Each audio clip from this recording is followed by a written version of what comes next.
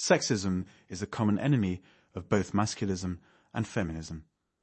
Sexist views confine men and women into socially constructed roles that are oppressive, as individuals are constrained by expectations of behavior taught within ideological state apparatus, such as film. Biologically essentialist views are used to justify this oppression, channeling males and females into gender-specific roles and habitual ideals, which order and maintain the status quo in society.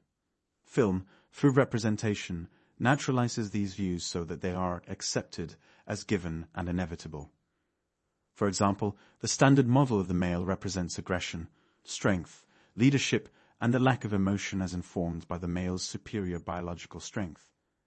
This directs men into a dominant role in society, maintaining patriarchal ideology. Men who transgress from this structure by being weak, emotional, or subordinate to the female can be fetishized, sexualized, or reduced to an obstacle that must be overcome by a more manly subject. Women, meanwhile, are constrained within the submissive role required for patriarchal dominance, and are portrayed as weak, unstable, and emotional. In the past, females who transcended this role would also be represented as transgressive, as in films noirs where a femme fatale character allows for subsequent punishment and denunciation for her power over men. Alternatively or simultaneously, the female would also be fetishized and sexualized, where the female protagonist transcends her traditional role by becoming the hero, potentially threatening the patriarchal order of power. Her threat is often neutralized through the sexualization and fetishization of her image. Therefore, ideological notions of gender are reinforced and affirmed to strengthen social structures of role and status. Feminist movements have reduced the dominance of mainstream views in society, however, aiding female subjectivity by working towards equity between genders, and eroding the structures that constrain the female in her submissive role. Feminism has contributed to a postmodern culture, with its projection of alternative narratives that reject all-embracing systems, such as patriarchy, by refiguring female identity. Women, increasingly aware of their rights and choices, are allowed more freedom to form an identity beyond the oppressive demands of patriarchy, and express their concerns so that they can initiate social change. The female has begun to enter traditional realms of the male and assert her own dominance by embodying traditional male characteristics and or by preserving conventional female traits.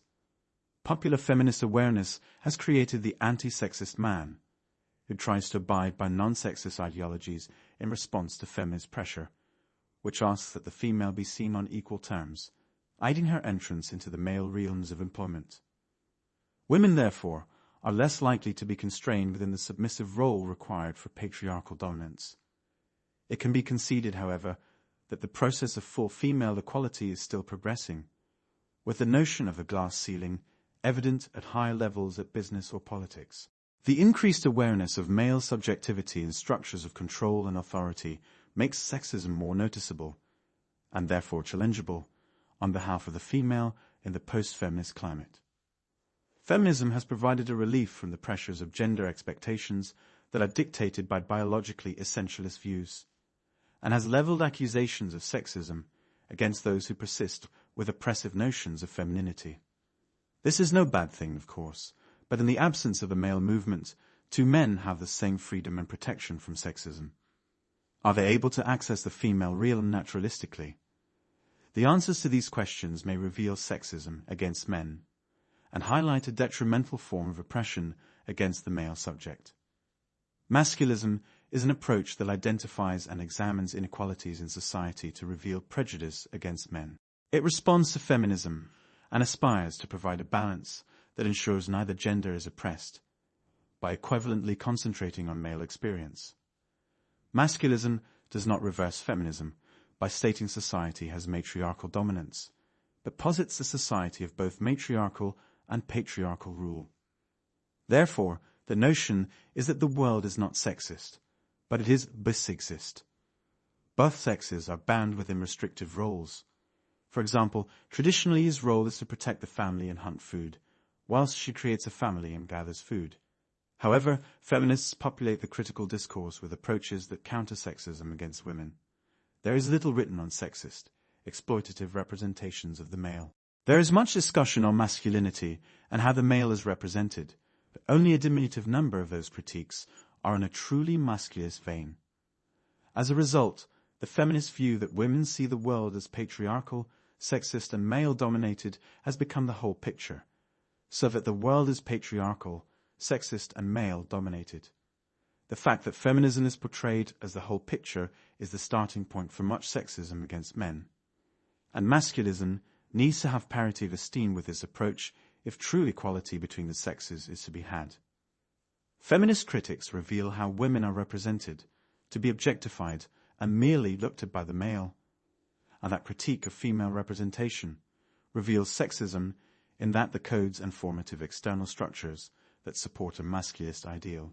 This contributes to the challenging of previously naturalized forms of oppression, by undermining the notion of film as an objective representation of reality. Such challenges have been absorbed into postmodern culture, and the previously marginalized voice of the female can be privileged. However, this deprivileges the male voice in his lack of response, risking an imbalance between the genders and a possible all-embracing female narrative that oppresses the male to a greater extent in the future, as the feminist view is the whole picture. The multitude of critical approaches in a postmodern culture should ensure the masculist approach's inclusion. Yet this currently is not the case beyond a few exceptions, and these are often called out as extreme views, which supports my argument that there is an imbalance here. I will begin to try and address this imbalance, providing a critique of oppressive representations of the male. The lack of the masculist approach in academia has made it too comfortable for the male to be objectified without challenge and guide them into oppressive role structures. A similarly argumentative style to feminist writers needs to be adopted in order to confront these oppressions head-on, and encourage an active consideration of how the male is represented in a post-feminist climate. This will provide new evidence so that the male can point to any perceived oppression with added support. Marginalized masculist views and concerns will be foregrounded to adapt theoretically grounded frameworks to offer a new approach and highlight the validity of the masculist perspective. The eventual aim is to increase the awareness of sexist representations of the male and open the door for others to challenge those representations, so that the masculist approach can be absorbed into the discourse and the notion of gender equality can progress, as feminism will no longer be the whole picture as it is balanced against male concerns. Masculism is also sometimes termed masculinism, where it is used in critical discourse. However, the term masculism seems more suited in response to feminism, as it follows the same word structure and is simply a shorter, more accessible term. Neither term has been fully integrated into popular vocabulary, and they are absent from many dictionaries, which in itself reveals the imbalance against men. I will work towards remedying that by appropriating the term masculism.